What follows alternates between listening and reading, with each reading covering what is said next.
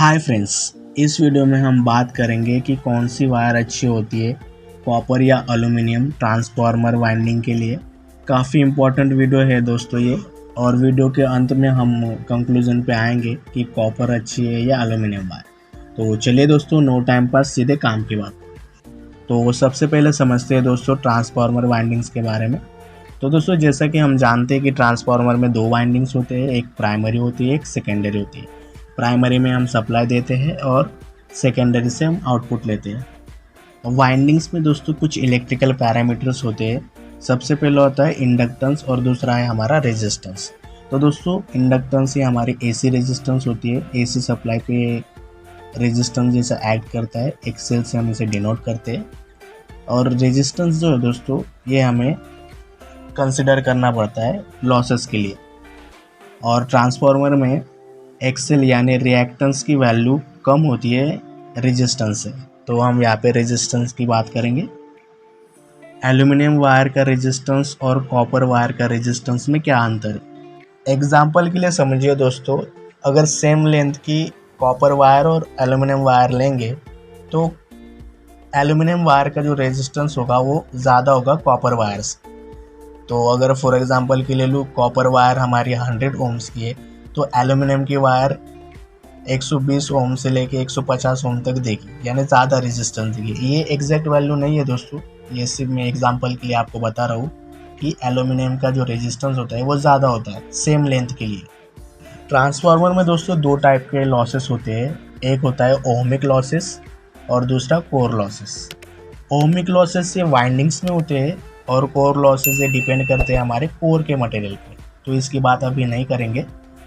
Ohmic losses यानी दोस्तों I²R losses. तो जैसा आप फार्मूला देख सकते हो स्क्रीन में, I²R, तो यहाँ पे हमारा रेजिस्टेंस और करंट।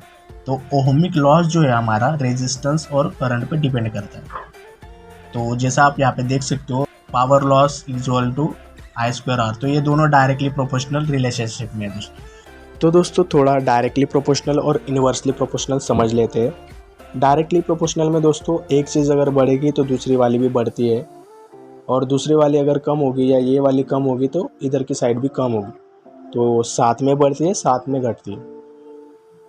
इन्वर्सली प्रोपोर्शनल में दोस्तों एक चीज़ बढ़ती है तो दूसरी कम होती है, अगर ये कम होगी तो ये बढ़ेगी, एक बढ़ती है तो दूसरी कम होती है, तो ये अपोजिट वाला रिलेशन यहाँ पे होता है। तो दोस्तों ये दिमाग में फिट कर लीजिए, ये काफ़ी इंपॉर्टेंट है, इसी पे सारी चर्चा होगी आगे।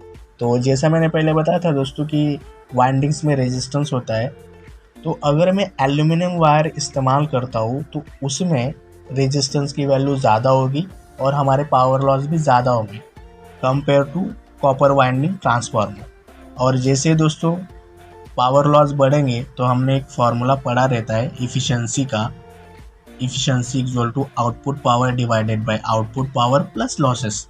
तो यहाँ पे इफ़िशेंसी इनवर्सली प्रोपोर्शनल है लॉसेस से। तो अगर लॉसेस बढ़ेंगे रेजिस्टेंस हाई होने की वजह से तो हमारी इफ़िशेंसी डाउन होगी, यानी हमारा जो ट्रांसफार्मर है वो इतना इफ़िशिएंट नहीं बनेगा। ओहमिक लॉसेस को दोस्तों हीटिंग लॉसेस भी बोलते हैं, ये हीट के थ्रू पावर लॉस करता है। तो जैसे ही हमारी एल्युमिनियम की वायर ज़्यादा हीट होगी तो उसका इंसुलेशन ख़राब होने के चांसेस बने रहते हैं और एक टाइम पे वो ख़राब हो जाते हैं, जिसकी वजह से शॉर्ट सर्किट होता है और फायर होने के चांसेस होते हैं, यानी वो बर्न हो सकते हैं या जल सकता है। और आपने अगर नोटिस किया होगा तो एल्युमिनियम वाइंडिंग ट्रांसफार्मर जल्दी हीट करते हैं कॉपर वाइंडिंग ट्रांसफार्मर के कंपेयर में।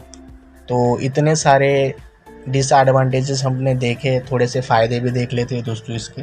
तो दोस्तों ये एल्युमिनियम वायर जो है ये काफ़ी हल्का होता है कॉपर से, 3 गुना हल्का होता है कॉपर से ये, और सस्ता होता है कॉपर से। कॉपर काफ़ी महंगा है दोस्तों। और इसकी अगर मैं फ्लेक्सिबिलिटी की बात करूं तो ये कॉपर से ज़्यादा फ्लेक्सिबल है। अगर आप इससे वाइंडिंग करोगे हाथ से तो आपको ज़्यादा दिक्कतें नहीं आती अगर आपकी वायर मोटी है तो, कॉपर के कंपेयर में। और मजबूती की बात करूँ दोस्तों तो यहाँ पे कॉपर ज़्यादा स्ट्रॉन्ग होता है एल्युमिनियम से। तो आपको अभी तक अंदाजा आ ही गया होगा दोस्तों कि कौन सा बेटर होता है, एल्युमिनियम या कॉपर। तो कंक्लूजन पे आते हैं अब। सबसे पहला कंक्लूजन, ये ज़्यादा फ्लेक्सिबल होता है, जैसे मैंने अभी बताया। ये कॉपर से ज़्यादा हल्का होता है और इसकी जो कॉस्ट है वो कॉपर से कम आती है ट्रांसफार्मर वाइंडिंग करने में या ट्रांसफार्मर बनाने में। और दोस्तों इसमें जो लॉसेस होते हैं वो ज़्यादा होते हैं एल्यूमिनियम वाले में, और कॉपर में कम होते हैं। कॉपर की एफिशिएंसी ज़्यादा होती है इसकी वजह से।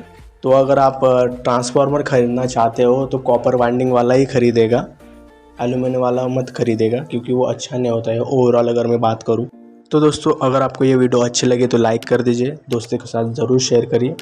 अगर आपकी कोई भी क्वेरी है तो कमेंट करिए, चैनल को सब्सक्राइब जरूर करिए दोस्तों ऐसे ही वीडियोज़ के लिए। Thanks for watching.